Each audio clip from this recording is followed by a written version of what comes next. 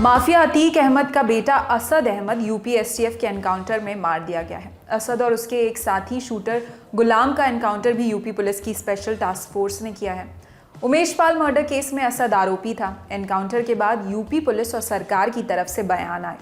Deputy CM Keshav Prasad Maurya ने police को बधाई देते हुए कहा कि ऐसे लोगों को पाताल से भी ढूंढ निकालेंगे। वहीं इस पूरे मामले पर समाजवादी पार्टी की तरफ से भी रिएक्शन सामने आए हैं। समाजवादी पार्टी अध्यक्ष अखिलेश यादव ने असद के एनकाउंटर पर सवाल उठाते हुए कहा, झूठे एनकाउंटर करके भाजपा सरकार सच्चे मुद्दों से ध्यान भटकाना चाह रही है। भाजपाई न्यायालय में विश्वास ही नहीं करते हैं। आज के व हालिया एनकाउंटर्स को भी गहन जांच पड़ताल हो व दोषियों को छोड़ा ना जाए। सही गलत के फैसलों का अधिकार सत्ता का नहीं होता है। भाजपा भाईचारे के खिलाफ है। वहीं सपा के राष्ट्रीय प्रवक्ता अमीर जामेई ने ट्वीट कर लिखा, एनकाउंटर न्याय नहीं होता। समाजवादी पार्टी के नेता आईपी सिंह ने भी इस मामले को लेकर सत्ताधारी भारतीय जनता पार्टी पर हमला बोला। उन्होंने ट्वीट कर कहा, मोदी राज में न्यायपालिका में ताला बंद कर देना चाहिए। तालिबानी सत्ताधारी दल और उसकी पुलिस कानून अपने हाथ में लेकर फैसले ले रही है। वहीं पिछले महीने समाजवादी पार्टी के नेता प्रोफेसर राम गोपाल यादव ने अतीक अहमद के बेटे के एनकाउंटर किए जाने की बात कही थी। उन्होंने एक निजी चैनल से बात करते हुए कहा था, प्रयागराज की घटना में असल आरोपी नहीं मिल रहे हैं। दबाव है कि मारो, जो पकड़ में आ जाएगा उसको मार देंगे। 1-2 दिन में अतीक के किसी एक बेटे को ये सरकार मरवा देगी, आप देख लेना। इसके इधर उत्तर प्रदेश के उप मुख्यमंत्री केशव प्रसाद मौर्य ने एनकाउंटर के बाद मीडिया से बात करते हुए कहा, यह एनकाउंटर प्रयागराज की जनता और यूपी की जनता के लिए सुकून का संदेश है। ये नए भारत का नया उत्तर प्रदेश है।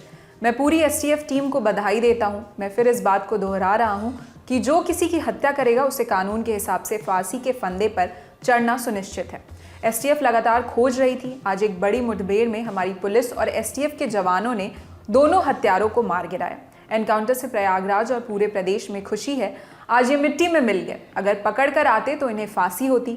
ऐसे अपराधियों को कोई देखना नहीं चाहता है। मौर्य ने आगे कहा, पुलिस ने लगातार परिश्रम किया। उसका परिणाम है कि मुख्य अभियुक्तों में से एक अतीक का बेटा और दूसरा उसका साथी मुठभेड़ में ढेर होने की खबरें आ रही हैं। मैं मानता हूं कि अपराध करने वाले ये देखें कि असद का बाप कोर्ट के कटघरे में खड़ा है, उसका चचा भी कोर्ट के कटघरे में खड़ा है।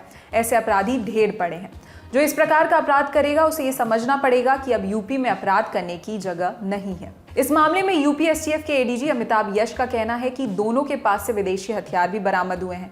एडीजी के मुताबिक असद को जिंदा पकड़ने की कोशिश की गई थी और उससे सरेंडर करने को भी कहा गया था, लेकिन उसने ऐसा नहीं किया। पुलिस के मुताबिक एनकाउंटर करने वाली टीम का नेतृत्व डिप्टी एसपी नवेंदु और डिप्टी एसपी विमल कर रहे थे। उमेश पाल हत्याकांड की बात करें तो 24 फरवरी को दिन दहाड़े प्रयागराज में राजू पाल हत्याकांड के मुख्य गवाह उमेश पाल की हत्या कर दी गई थी। उमेश पाल अपने घर की ओर जा रहे थे, तभी गली के बाहर कार से उतरते वक्त उमेश पर बदमाशों ने फायरिंग कर दी। बम भी फेंके गए। हमले में उमेश पाल के साथ साथ उनके 2 गनर्स की भी मौत हो गई थी। उमेश पाल की पत्नी ने इस मामले में अतीक, उसके भाई अशरफ और बेटे समेत 9 लोगों के खिलाफ मामला दर्ज कराया।